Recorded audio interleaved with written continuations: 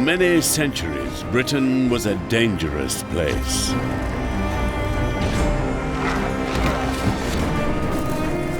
It was a magnet for the very worst kind of people. Jack the Ripper dominated the headlines, but he wasn't the only killer around. Murder was afoot. The fear of death was everywhere. But police had their work cut out to track the culprits down. In this series, we'll be investigating some of the country's most notorious and intriguing crimes. Female defendant. Sexual intrigue, vicious murder, as well as the latest technology, fed the nation's insatiable desire For gruesome stories of Britain's dark side.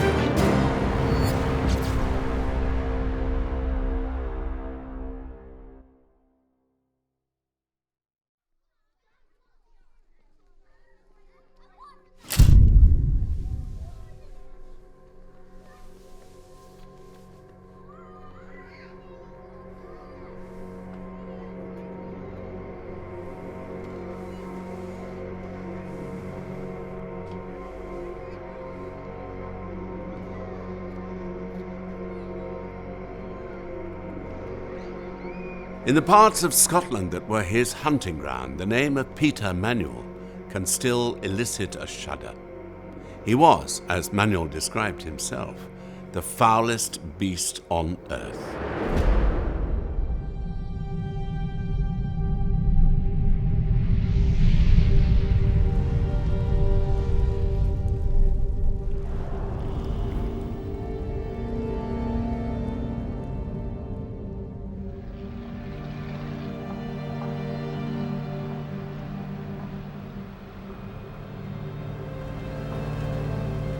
Scotland's largest city was once one of Europe's major ports. During the Victorian era, its population exploded due to its booming industries and abundance of jobs.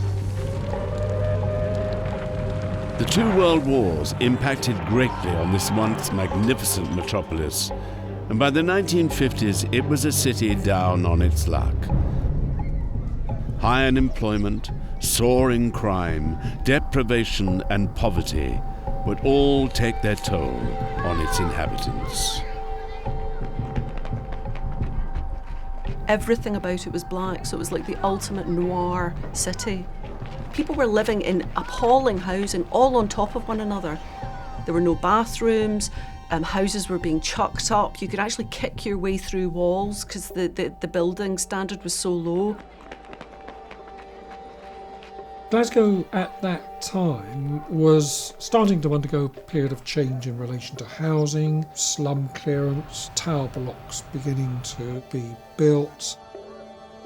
There'd still be some of the local communities in and around Glasgow retain their own sense of identity. And it was in one of those that Peter Manuel lived with his parents. Peter Manuel met a girl named Anna O'Hara. They were set to get married in the summer of 1955. Everything seemed to be going well for the happy couple, but all was not what it seemed. She was what's known as a clippy. She was a bus conductress. She and her mother were treated to the charming side of Peter's psychopathy. And he was very attentive, he was a complete gentleman. They were just about to get engaged, and she started to receive anonymous letters about Peter Manuel saying, "You don't know who you're engaged to. You don't know this man, he has a terrible dark past." She wanted him to go to confession to make sure that he was on the road to respectability. And when he wouldn't do so, she refused to go through with the marriage. The engagement was called off, and it turns out that the letters were from Peter Manuel. And he said later about it that he didn't know why he had done that. And I think there was a spark of decency in Peter Manuel. He spent all his time amongst criminal types. You know, there's lots of stories about him carousing around Glasgow with wild people. But he said later he really liked that girl, and he maybe knew deep down that things were going to go really badly wrong and didn't want to implicate her in it. The same day that he was supposed to have got married, he takes his revenge. Late that evening, 29-year-old Mary McLachlan was making her way home from a dance. She had almost made it when Peter Manuel rushed out from the darkness and grabbed her. He had a knife and forced her over a barbed wire fence into a field. At knife point, he sexually assaulted her, but instead of killing her, he eventually let her go. Mary's screams for help were heard, however. The police were called, but despite searchers coming within yards of them, Manuel and Mary were undiscovered. He didn't kill Mary, however. Her terror had been enough to satisfy him. Eventually, he let her go. Her ordeal had lasted hours, and it was far from over. Mary went to the police, and Manuel was arrested. The charge of rape was brought against him. A date for the trial was set, and without formal training or actual knowledge of the legal system, Manuel decided to defend himself. Ladies and gentlemen of the jury, you've heard the fine words from my esteemed colleague from the prosecution. You've heard from my accuser, and you've heard from the police. Now, it's time for you to hear the truth. Mary and I have been pals for a long time. More than pals, in fact. And it was earlier on the 30th that we met. We were taking my dog for a walk. We had a wee lover's tiff. We scuffled, and she cut her lip.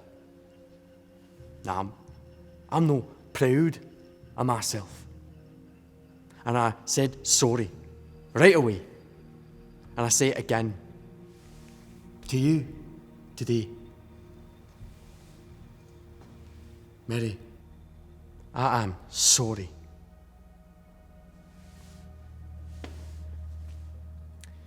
We made up.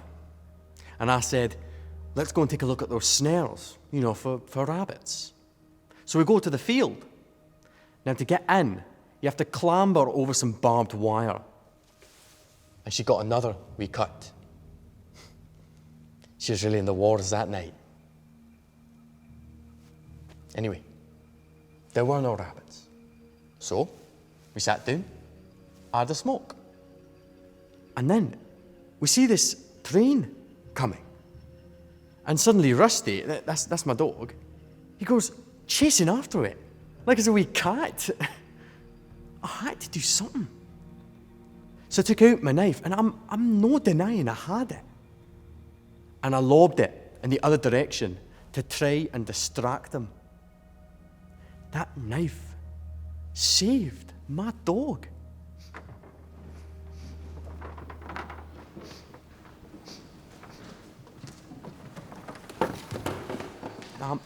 I'm no blaming Mary for this. You tell a tale, and before you know it, the fibs, they get bigger and bigger, and you can't stop. But I'm telling you, I did not do this. I think he chose to represent himself because he was arrogant. He's callous, he's cruel, he likes to intimidate. It was obviously something he'd fantasised about and thought about in the way that some of us might fantasise about being on a chat show. He fantasised about being a lawyer in court and doing a better job. Manuel believed he was better than the system and was certainly capable of taking on the system. The wee man against the world sort of thing. And the jury warmed to it. To the truth, for it shall set you free. You get your brains from your father. Aye, get my looks from my ma, though. I didn't know how you managed up there. I'd be too frightened. I told the truth, ma. You showed that girl what was what. Gives another blast of that, would you, Dad?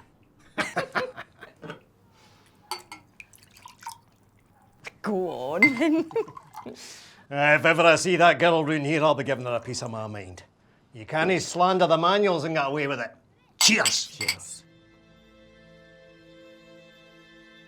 In his eyes, Manuel had proved his genius in court. He was not like other men. The rules did not apply to him. Nobody could stop him now.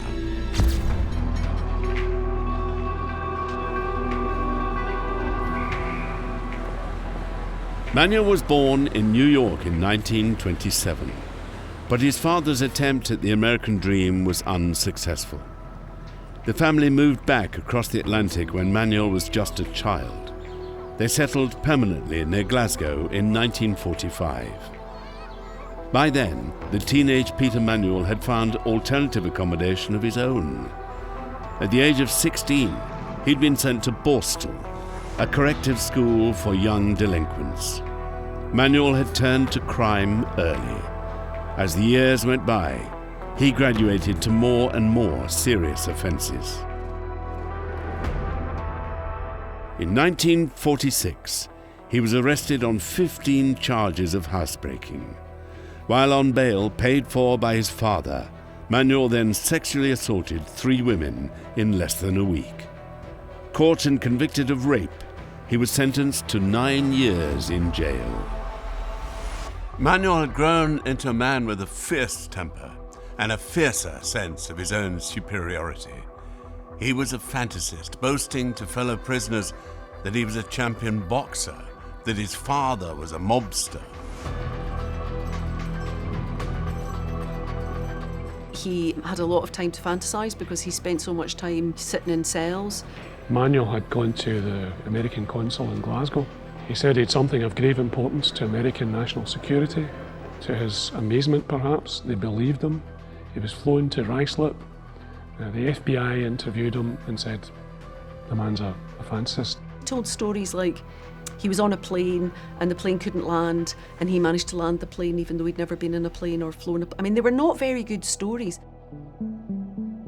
Manuel may have been living in a world of fantasy, but his actions most definitely had lasting consequences in real life.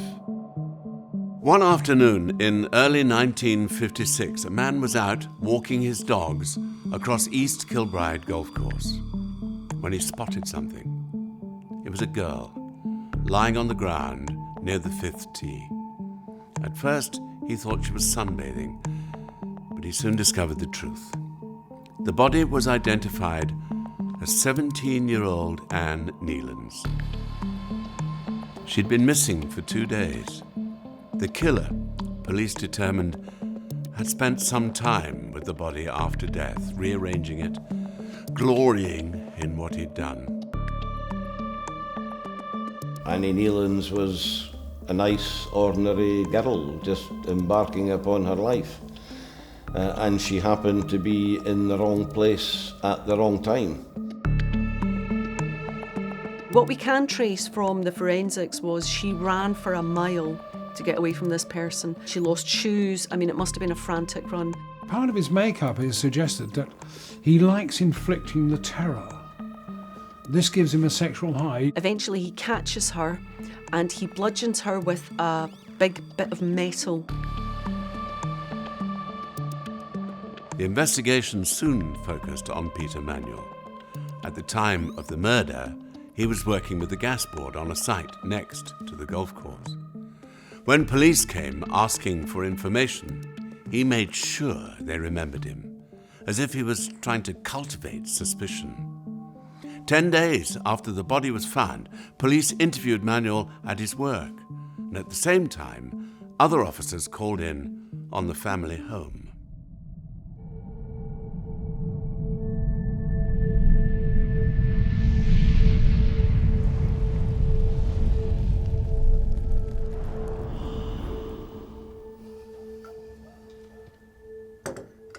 Thank you, Mrs. Manuel. So, what's all this about then? We're establishing the whereabouts of your son, Peter, on the night of the 2nd of January. Well, he was here. The whole night? Aye. Is that your recollection as well, Mrs. Manuel? You didn't think he had anything to do with that girl? We're exploring all lines of inquiry. He was in that night, though, wasn't he? She wakes every time the door goes. I am a light sleeper. And that morning after, you said how well you'd kept. That's right. It's fortunate you have such a keen memory, Mr. Manuel. Aye, it is. Anne Nelens' parents drove past the golf course that night. They'll live knowing their daughter was dead or dying right there as they drove. I know you have a daughter. Don't you bring Teresa into this. I have a daughter myself, Mr. Manuel. We have to find the man who did this. Not my Peter. He's a good boy. Now you've heard her. Peter was here all night. There's your whereabouts for you. My colleagues will be in touch should we have any further questions. I'll see you out.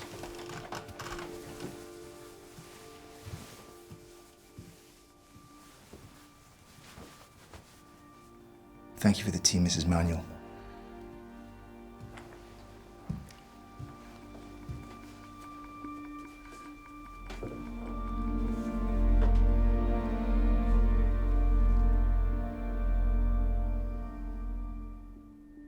Naturally, they had some loyalty towards the son that they would have loved, despite his criminal conduct. Like a lot of people who commit appalling crimes, the last bastion of decency is you're loyal to your family.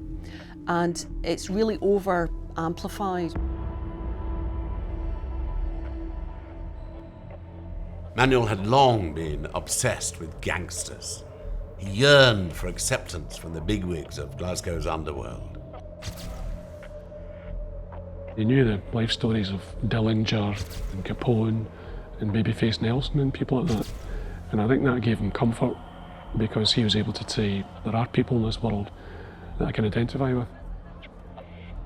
He spent time with and sought out the company of people who would have in their day been recognised as significant criminal players. Very quickly, they came to realise that they couldn't trust Manuel. Being a mobster is about being part of a collective, and he was never ever part of a collective.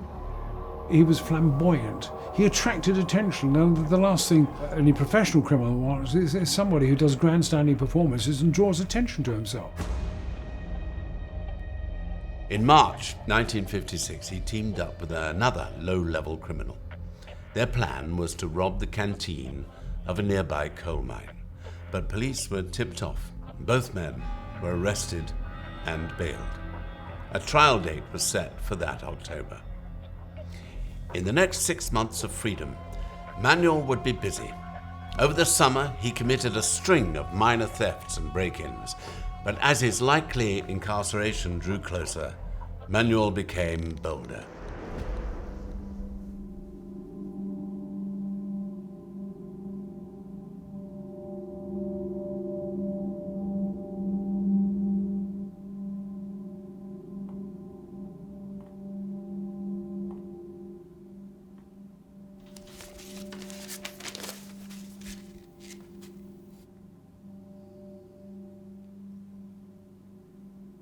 Peter's still out.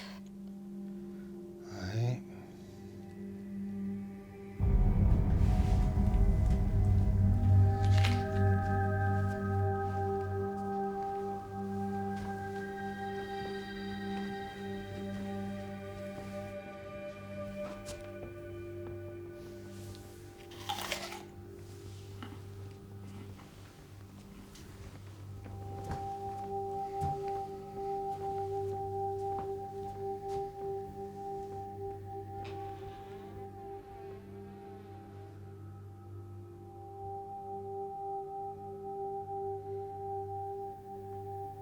It's getting on.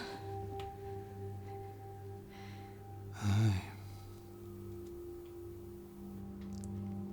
Did he say he'd be so late?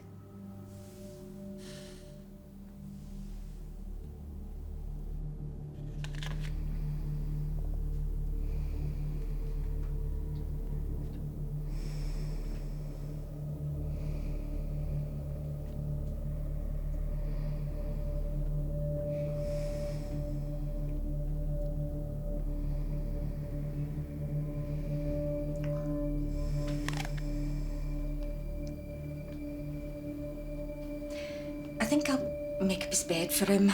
Bridget. My luck, he'll walk in the moment I'm finished. Will you let me read my paper in peace? If he gets back late, he can make his own bed. He's a grown man.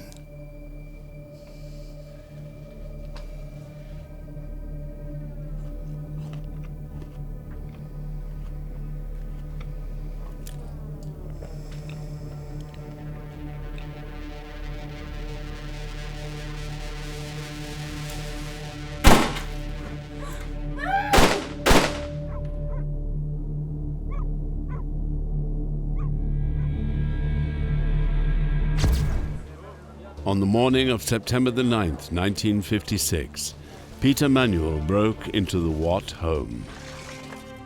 He shot Marion in the head. Her sister was visiting and asleep beside her. Manuel shot her twice. Then he went to the room of 16-year-old Vivian. She had been woken by the gunshots and put up a fight. Manuel beat her unconscious, tied her up, and shot her. He then left, taking nothing. Manuel was initially a suspect, but the investigation veered off track. The grieving William Watt was accused instead. He had told police he was 90 miles distant when the killings occurred, but 2 witnesses insisted they'd seen him elsewhere that morning. By now, Manuel had been convicted and jailed for the break-in at the coal mine. But for his more serious crimes, an innocent man now faced the gallows. Manuel never liked others getting attention for his work. From his prison cell, he saw William Watt accused of the murders he had committed. He reached out to Watt's solicitor. He had information, he said. Could they meet? The risk of incriminating himself was nothing next to the thrill of reliving his crimes. But Manuel's arrogance and need for attention helped save William Watt. The solicitor badgered police to look at Manuel again, for despite their best efforts, investigators had found little to pin the murders on Watt. No weapon and no motive. When they investigated it fully, they realised it was impossible for him to have done that. His car hadn't left the car park. It was covered in frost.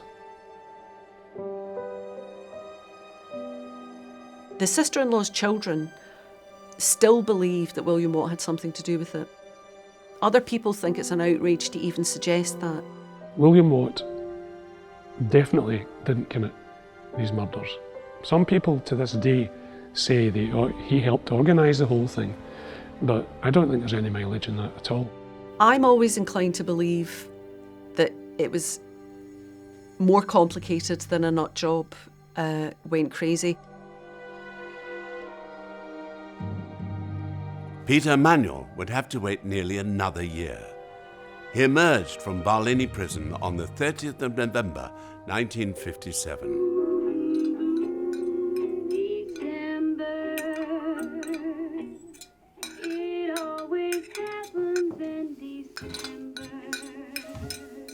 There's trifle left if you're still hungry. I'm sorry I didn't come to midnight mass, Ma.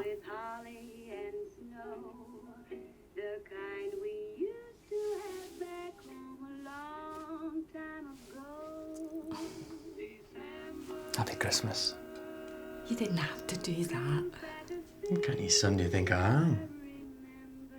You'll come next year, won't you, to mass? I promise. A scarf. Oh, it's beautiful. Thank you. You are a good boy. You are. His parents hoped he was a reformed man, still young enough to turn his life around. Those generous presents, however, were all things he'd stolen. And just 3 days after Christmas, Manuel killed again. 17-year-old Isabel Cook left her home at 6:45 p.m. on the 28th of December 1957. Within minutes, she was dead. Peter Manuel had returned to the scene of one of his earliest crimes. In March 1946, he'd attacked a young mother out walking with her child. Now, in the darkness of the same footpath, he killed Isabel. This is what arouses him. The stalk, the chase, the rape, the kill. It's all part of that violent behaviour. He didn't like to stray too far from home. He liked to be in areas that he was familiar with, comfortable with. Whether that was because he felt he could go there and leave with a better chance of avoiding sight or avoiding capture, that would be guesswork. But all along, Manuel repeated what he did. I think he chose the same location. It's a sort of almost like a shout of triumph. I did it once here before, I can do it here again. To the agony of her parents, her body would not be found for almost 3 weeks. In the meantime, her killer would strike again. Less than a mile away from where Manuel had killed Isabel Cook, the Smart family were celebrating. After sending their 10-year-old son to bed, Peter and Doris Smart had seen in the new year with the customary whiskey. At around 2:30 a.m., neighbours saw them switch off the lights.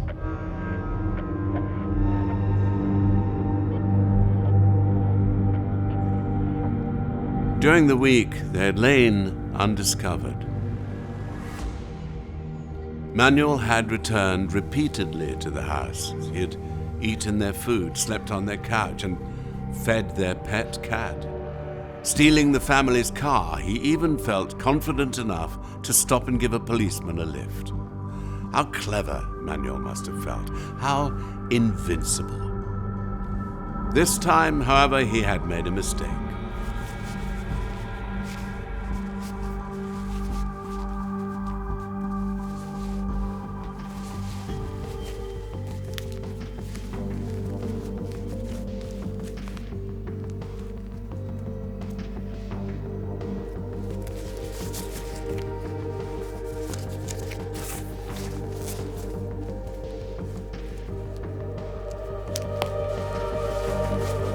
On the day before he was murdered, Peter Smart went to the bank. He had received his monthly wages and withdrew £35 in crisp new notes. Smart folded them into his wallet and went home to begin the New Year celebrations. Mr. Smart had cash in his pocket, and Peter Manuel took the cash and went off and got drunk. He was singing songs, he was paying people into dances, he was getting taxis. He was on a real high. He's showing off to everybody in the pub, and he's saying, look at these sequentially numbered notes. He's a criminal mastermind. He just thought he was clever enough to get away with it all. When the Smart family were eventually discovered, the police automatically suspected Manuel. They'd also learned that Manuel had suddenly come into money on New Year's Day. Investigators tracked the notes he used. Their serial numbers matched those belonging to Peter Smart. At last, police had evidence linking Manuel to the crime.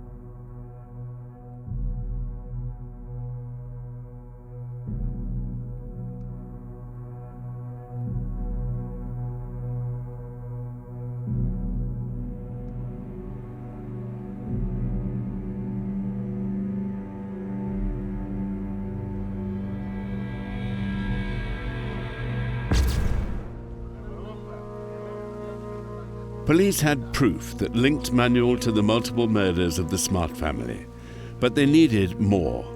Many hours were spent following leads and looking for further, more incriminating evidence.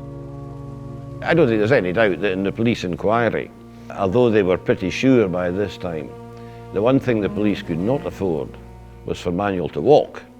That would have been fairly catastrophic. The police go to the house and search the house, and they find a pair of gloves that have been stolen, and they say to Mr. Manuel, "Are these your gloves?" And he basically muddies the answer. At that point, they had a case against Samuel on the basis of recent possession in criminative circumstances, raises a presumption in law that he was responsible for stealing them in the first place or breaking in.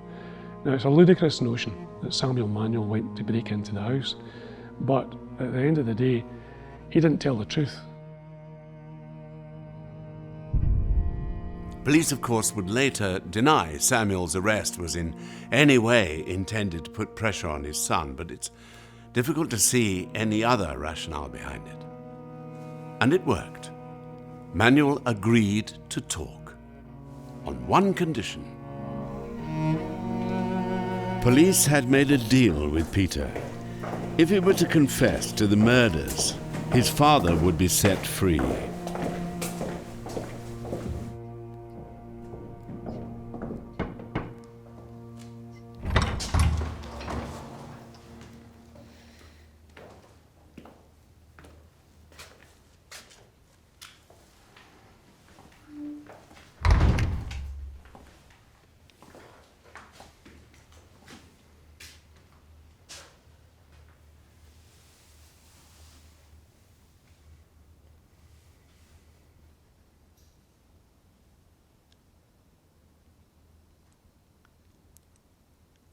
How are you?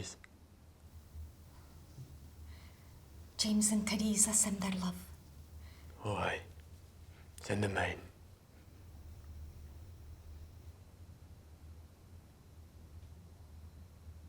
You all right there? I'm fine. Has he been released? Not yet. May will be. Depends on you, Peter. He better not lose his job over this carry on. My dad's one of the finest men at the gasworks. Can you say a word, son? I'll be fine. You wanted to speak to your mother?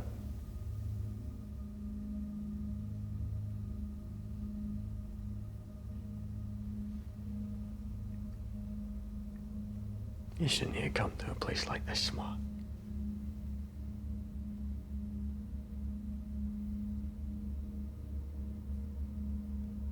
Hey, he'll no be telling yous a thing. Samuel. Coercion, that's what this is. I'll be talking to my solicitors.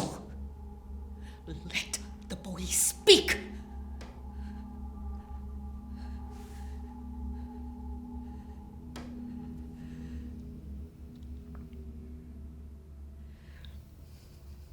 I know 'tisn't easy for you, telling us things. Maybe we've not always wanted to listen. But I'm here now.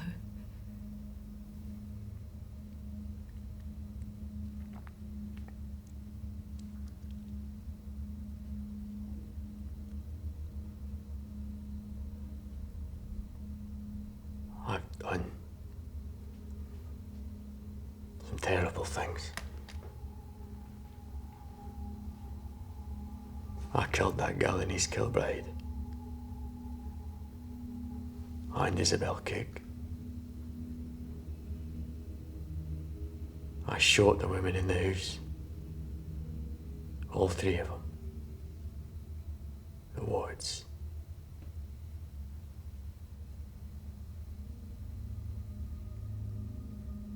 That was me.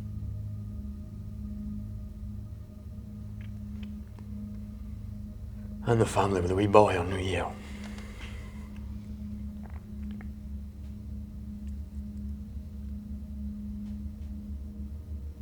I don't even know how these things happened.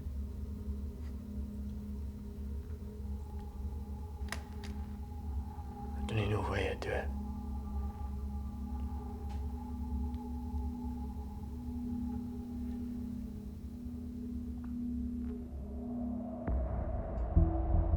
Manuel's confession would seem to be exactly what the police needed to secure his conviction. After having time to contemplate his position, Manuel decided he would try and utilize the police tactics against them at the trial, alleging it was unlawful pressure that lay behind his confession. It was a high-stakes gamble. Lose, and he would hang. And Manuel wasn't done gambling yet. His trial began in Glasgow that May, but with the eyes of the nation on that court, Manuel couldn't resist seizing the focus. He sacked his lawyers. Once again, he would conduct his own defense.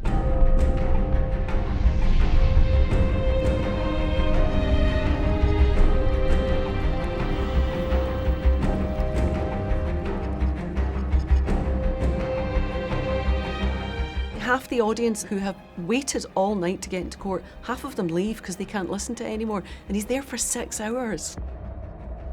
He liked to talk, he liked the sound of his own voice, he believed he was in control of what was happening. Any lawyer who appears in court on a regular basis, as a profession, will say, asking questions is easy.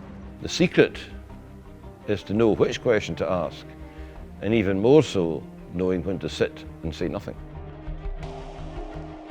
Manuel had the arrogance to think he could defend himself, and this was only bolstered by his 2 star witnesses, the people who had always given him an alibi, his parents. His father was bullish and lied and gave him an alibi and basically just talked nonsense indignantly, which is the worst way to lie. He said that it looked as if he'd been drugged or he'd been drinking. He didn't hear his son say anything in terms of confessions, not a thing. The police made all this up. The 2 of them think it's gone really well and they're both chortling and everyone in the court hates them. So he doesn't really have any idea how he's coming over.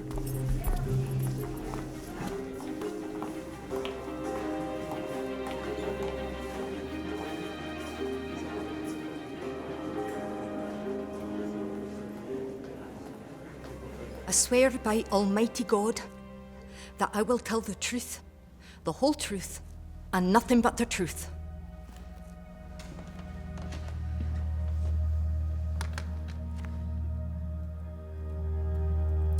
Could you confirm your name for the court? I'm Mrs. Bridget Manuel, And your age? 54. And you live at number 32 4th Street, Uddingston? That's right, And I also believe you are my mother. I am. Then I'll turn it once, if I may, to the 16th of January this year. You were taken along with my father, your husband, to Hamilton Police Station, is that correct? Yes. Did you know why? We were told you wanted to read out a statement. And what did that statement concern? A few crimes and a few mysteries about things that happened in Lanarkshire.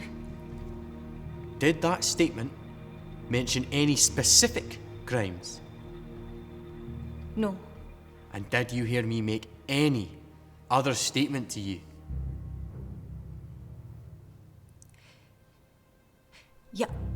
You asked if we were all right.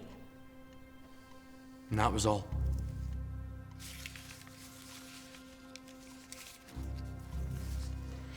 You said you didn't know how these things happened or what made you do them.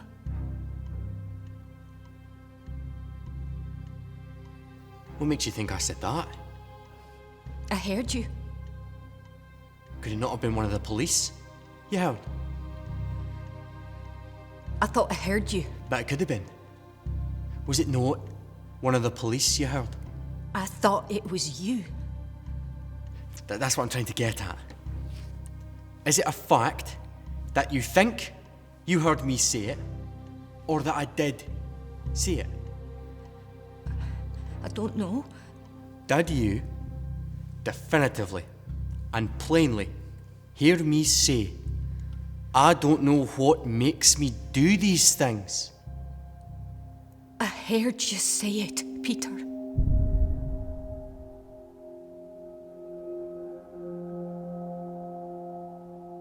No one else hears him saying that.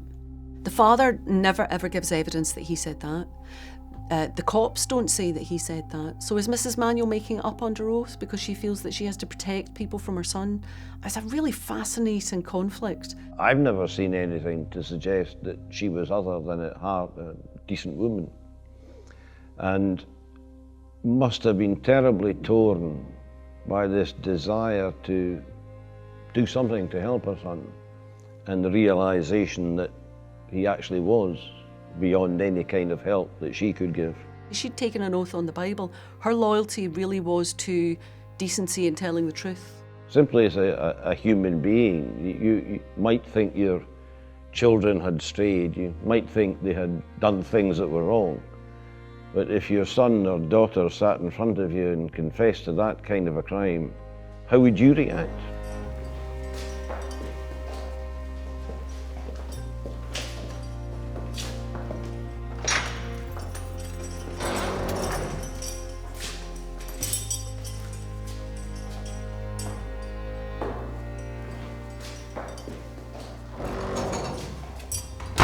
The jury were unconvinced by his claims about police coercion.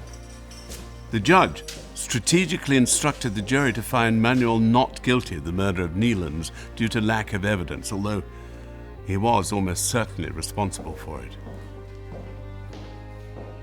The jury found him guilty of killing the Watt family, guilty of killing Isabel Cook, and guilty of killing the Smarts. Peter Manuel would hang. On the 11th of July, 1958, 31 years and 4 months after they'd seen him into the world, Manuel's parents were informed of his execution. He'd been a liar, a thief, a serial killer, and their son.